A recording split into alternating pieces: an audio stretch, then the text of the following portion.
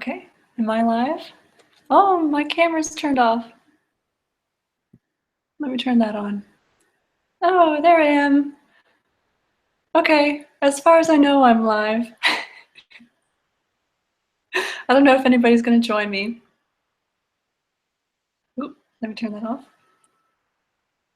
Okay, so I know I'm a little late to the game, but I'm here to do Arwen's 15-question tarot tag, and I understand that this is too late to be entered into the contest that she had going on. But I just really liked the questions that she had, and I thought that they were very thought-provoking, and I wanted to contribute my 2 cents.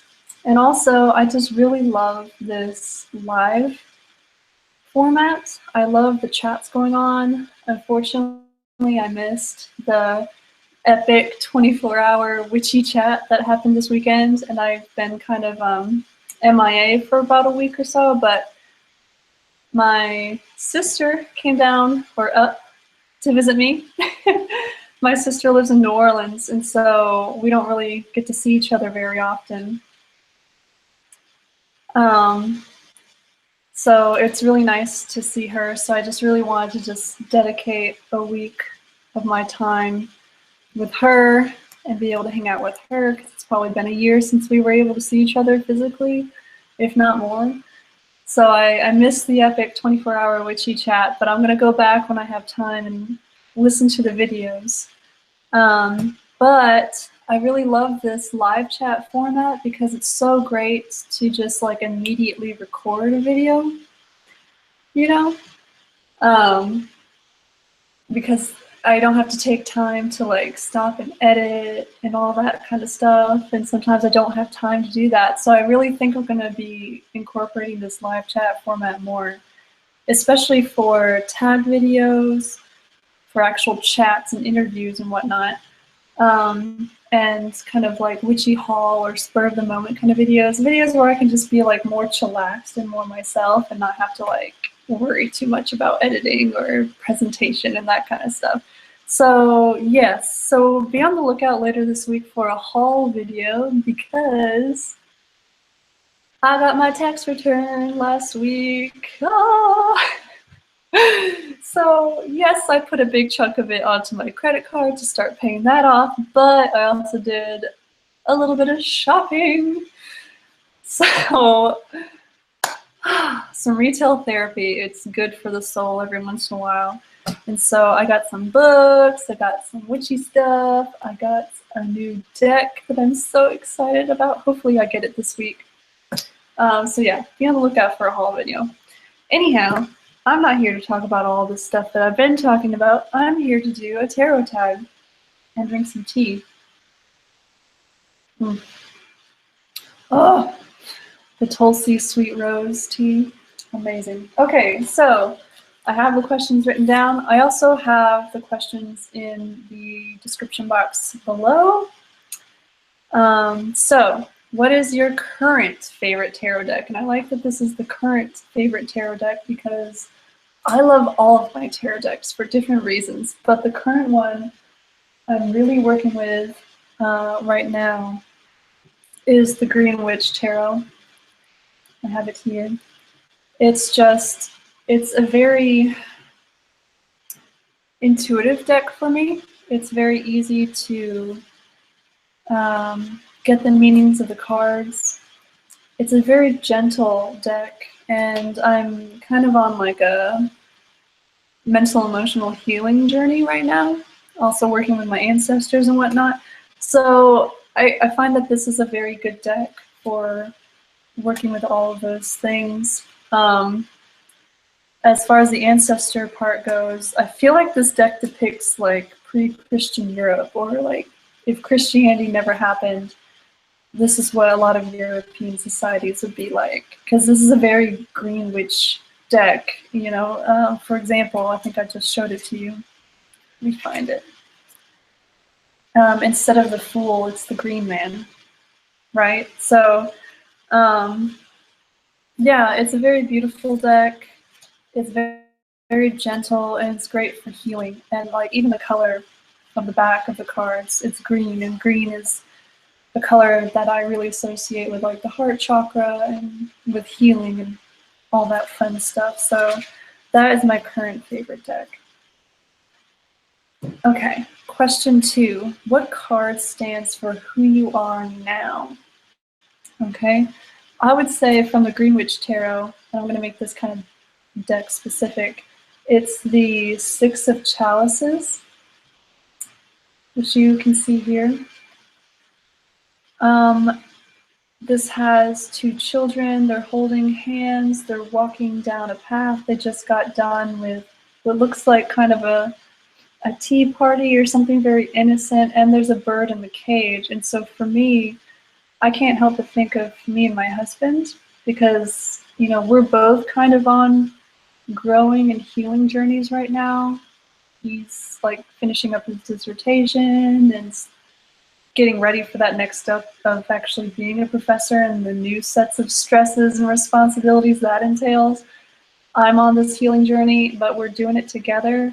We're starting this road together, and if you can see in the background, there's a path that winds all the way back home. So like, we're on this journey home together.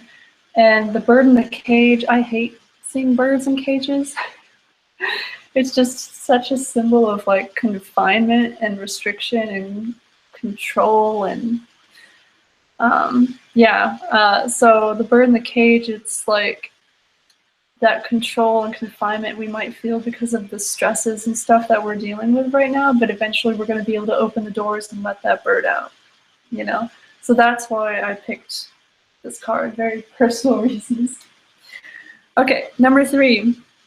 What card stands for who you want to be? Okay, there's 2. So my favorite card of any deck ever is the High Priestess from the Marielle.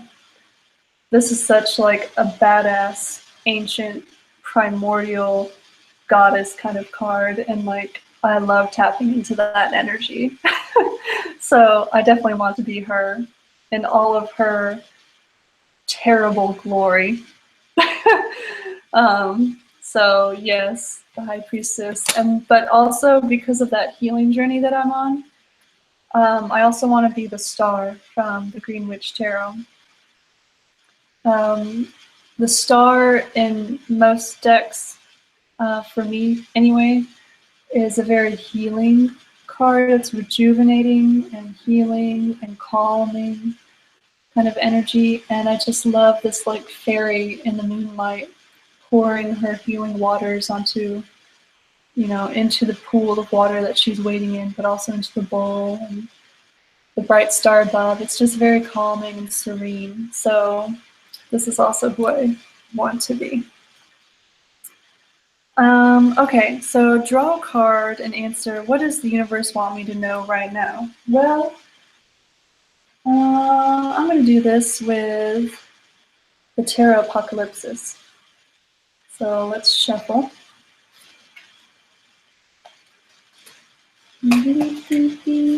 All right, let's see what this card is.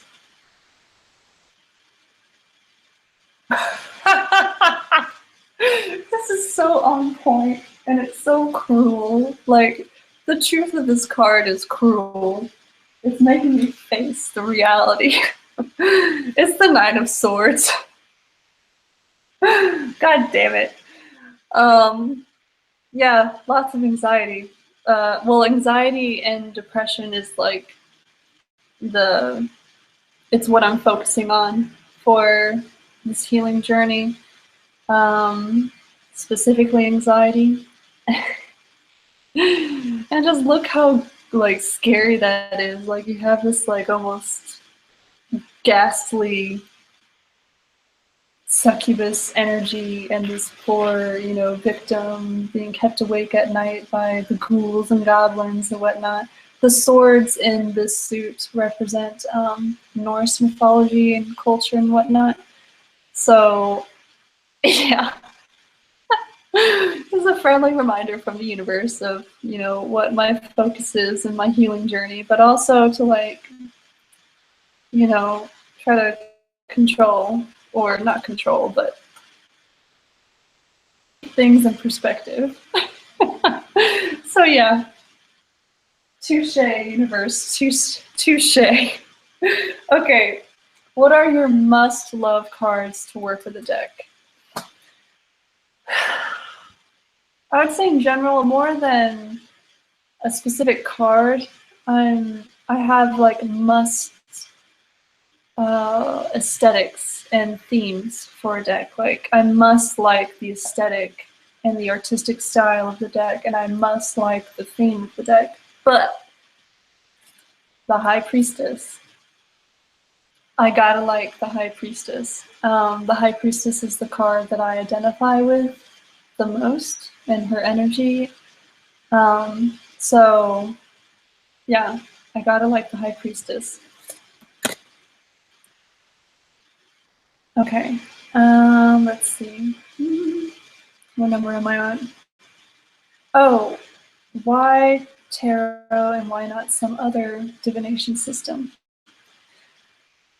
It's because of the fact that the tarot is so, I mean, pendulums are beautiful, and you can make pendulums of different materials, different types of stones, or, you know, even plant materials and stuff, but there's a reason why there are thousands and thousands and thousands of different interpretations of the tarot created by thousands and thousands and thousands of different artists for the past, you know, 500 or 600 years, or however long the tarot has existed. You have different styles, different interpretations. There are so many books written about it, different systems of interpretation that have been developed. Like, it's just so multifaceted and so open to adaptation and interpretation and change. I do love scrying, I do love meditation and just kind of like opening my mind up to messages from the universe and whatnot. And I also love dream interpretation. But the tarot is just so, it's so gorgeous. That's why. Okay, number 7. What's the first book you remember reading about the tarot besides the Little White Book? So I'm gonna cheat and include a couple of the Little White books that aren't actually so little or white. The Mary L. Tarot's book has got some really good chunks of information. I love how you can feel the artist Mary White, how you can feel Marie White, her passion in creating this deck and the work that she put into it. The Mary L. Tarot it's got a special place in my heart. It just taps into the right type of energy for me. So I love this book. Another Little White book that actually isn't so little or white is the Tarot Apocalypsis book. If you get the kit for the Tarot Apocalypsis, you get this beautiful chunky book. It's hardcover, and it has, for the Major Arcana, let's see if I can find the Major Arcana. It has full page illustrations. For the Minor Arcana, it still has full, you know, not full, but in color illustrations. And you can also tell, I think Eric Dune did the book part and Kim Huggins did the visual part of the deck. But it's just so full of information. There's footnotes, there's references, and the Tarot Apocalypse, it's just an amazing deck for learning about different cultures and mythologies, because each of these 4 suits is focused on a different culture and mythology. And it's a very diverse deck. And so, I mean, this is like one of the few Little White books that I know of that I could just sit down and read front to back. It's amazing. But as far as like non-Little White books go, it's the Gnostic Tarot. This is printed by US Game Systems. This is by Lee Arwen. The Gnostic Tarot, Mandalas for Spiritual Transformation. So this is very heavy into Gnosticism and you know, that style of interpreting the cards. marked it all up and highlighted and underlined. And it's a really great book for like very spiritual interpretations of the cards. So yeah, that's the book. Okay. What tarot person would you like to meet? Okay, so there are many. And my post-it note with their names on it fell on the floor. Okay, as far as tarot YouTubers go, and this is in no particular order. Katie Flowers, love her channel. Kellyanne Maddox, need I say more? Arwen, of course. Jessie Huntenberg, I really love her channel and her style of interpretation as well. It's very similar to my style and my way of thinking. Maven Unmasked has a great channel. Storytelling Tea and Tarot is another great channel. I can't remember her name, but very in-depth, great tarot channel. And Elle at the Sacred Sea. So if I could, I would invite all these women to have wine or coffee and just talk tarot and just soak it all in. That would be amazing. Okay. I know that wasn't one YouTube channel, there was many, but I'm allowed to cheat, right? Well, oh wait, so what tarot person would you like to meet? I would like to meet all of them, and that takes care of number 9 as well. One YouTube tarot channel that you would watch and why. All of them. All of the channels that I just mentioned by those people, because they have so many different perspectives. Like, I know Kellyanne Maddox and Katie Flowers and Jessie Huntenberg are all about that, like psycho-spiritual interpretations. Arwen has some psycho-spiritual, but also some like more psychic interpretations. Ariel at Maven Unmasked has very like light worker energies. Kellyanne is the shadow worker. Sacred Seed, she has like really great tarot reviews, and she has like amazing in-depth knowledge, especially about the history of tarot, because I know she's really interested in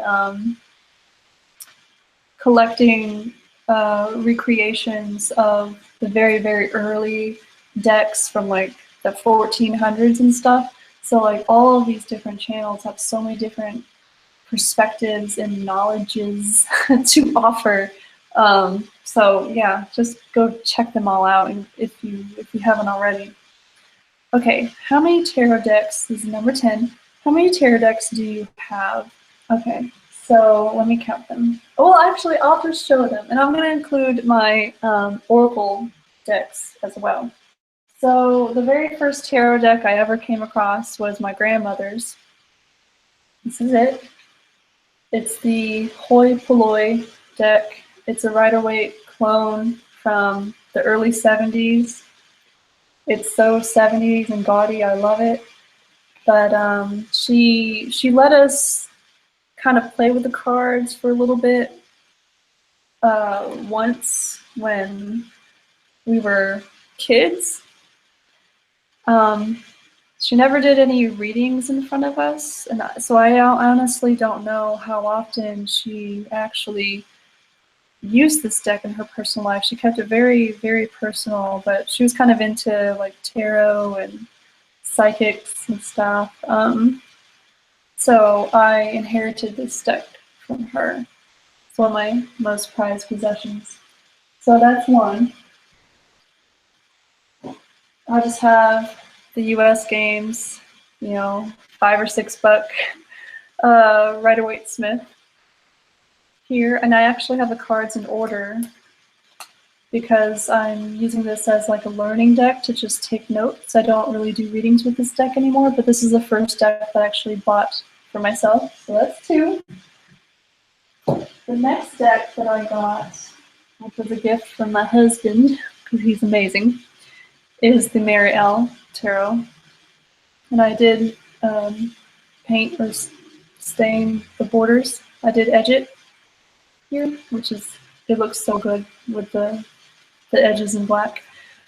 But this deck is just so deep it, you know, just taps into the abyss of the soul. And I just love this deck so much. So that's number 3. And then the next deck I'm got, this is the Oracle deck, is the Shaman's Oracle, which is so amazing. All the images in the Shaman's Oracle are based on real rock art and real cave paintings from around the world. So yeah, it's just incredible. I don't know what number I'm on. You guys can count for me. Okay, and then there's the Tarot Apocalypsis, a very over-the-top digital art deck. Oh, look at that Princess of Pentacles. She's pregnant. I love it. I love this deck so much. It's so over the top, and the images are just so jam-packed with color and action and history and different cultures. It's just, I love this deck. And then, of course, the StudentWitch Tarot, which I already showed you guys. And last but not least is the Animal Spirit, the Wild Unknown Animal Spirit Oracle. And I have a new Oracle deck coming in the mail, hopefully later this week. But I love this Oracle deck. I love that it's centered around the different elements, including the element of spirit. I love how she organized this deck, the images and everything. It's so amazing. So I think that's all. So let's see. 1, 2, 3, 4, 5, 6, 7, and number 8 is on its way. I'll keep that a secret for now. You have to look out for that unboxing, which will probably be a live video as well. Okay. Do you mix tarot and oracle when you read? Absolutely. I use different layers to my spreads. I'm recently exploring, you know, learning how to create my own spreads. It's been a very enriching process. So I like using different layers of different cards. I'll mix different decks together, different tarot decks together. I'll mix tarot and oracle together. Yeah, I go all out. Because it's not often that I do like a whole spread reading. I usually only have time to do like a daily draw kind of thing. So if I'm gonna take the time to develop a reading, a spread, sit down and do the whole reading of the spread, take notes, burn incense, it becomes a whole ritual for me. So if I'm gonna take the time to do all that, I'm gonna go all out and just use all sorts of different decks and everything. So tea is amazing. Okay. Have you ever created your own deck? No, because this is just my 3rd year of being a witch. I've only been practicing and using the tarot for about 2.5 years. So I need a lot more practice before that ever happens, if it happens, which I don't know. I don't know if I feel called to create a deck, but if I ever do, I would love to make a deck with my sister, because my sister, she has the visual artistic talent in the family. I'm okay in academia and I'm really good in the kitchen, but my sister can paint and draw, and she's just amazing. So she would actually design the cards. I would just write the little white book. So maybe I'll convince her to do that sometime in the future. Okay. Do you read for yourself? I'm the only person I ever read for. Again, I lack time and practice. I am still fairly new to the tarot. I don't feel comfortable offering readings. Although sometime in the future, within the next, I don't know, 3, 5, 7 years, who knows? Especially if this whole academic academia thing doesn't work out, sure, I'll open up an Etsy shop and start, you know, offering my skills for readings and whatnot. But for now, I just, I'm focusing on myself and doing readings for myself and learning the tarot more. So what are your favorite questions to be asked when reading for someone else? So besides a few readings that I've done for my husband, for friends here or there, I don't really have practice reading for other people, but the type of questions that I like to ask myself they're not the like very predictive kind of questions like, when will I have children? When will I meet my partner? When will I get married? Like those kind of, I don't know, simple questions. I don't know if simple is the right word, but I'm more interested in the types of questions like, okay, let's say you want a relationship with somebody. You don't know who, but you're open to it. Well, maybe a better question to ask instead of asking like, when will I meet my future girlfriend, boyfriend, partner, whatever. Instead of asking that, maybe a better question would be, how can I focus on myself and my self-love and my relationship to myself so that when I'm ready to start a relationship, I'll be actually ready, or like those types of questions, right? Like how more introspective types of questions, because if you're looking for a lifelong partnership with somebody, you gotta make sure you love yourself before you can dedicate any part of yourself to another person, right? So yeah, those types of questions I can see myself being more interested in. And I also, the way that I view tarot is more on that psycho-spiritual end of the spectrum versus like the psychic end of the spectrum. Although when we talk about number 15, I'm not ruling the psychic, like divination. I'm not ruling the divination aspect out. I've had some experiences that I can't explain, and I'll talk about one for number 15. Which is now. Oh, we're at number 15. So what's the craziest thing that's happened to you during a reading? Okay, so I don't know if this is the craziest, but this is one of the most recent craziest experiences for a reading. So it's November 8th, 2016. It's election day. A very intense day. And I didn't get to go vote until later in the evening, like a couple of hours before the polls closed, because I was busy on campus teaching and whatnot during that day. So it's already dark out because it's Massachusetts in November, so it gets dark at like 4:30. So it's already dark out. I light a candle. I'm getting ready to go like walk to my polling place to vote in my district or whatever. And just on a whim, I take the Tarot Apocalypsis deck, which I had just recently bought, and I draw a card. Just on a whim to see, like, how is this shit gonna go down? The card I got was the Devil. Need I say more? But this is a very particular interpretation of the Devil, because the name of this card in the Tarot Apocalypsis is, if I remember correctly, it's the Imagined Witch's Sabbath. The Imagined Witch's Sabbath is how they title this card in the book that I showed you earlier. So for me, I interpret this this particular devil image in the Tarot Apocalypsis as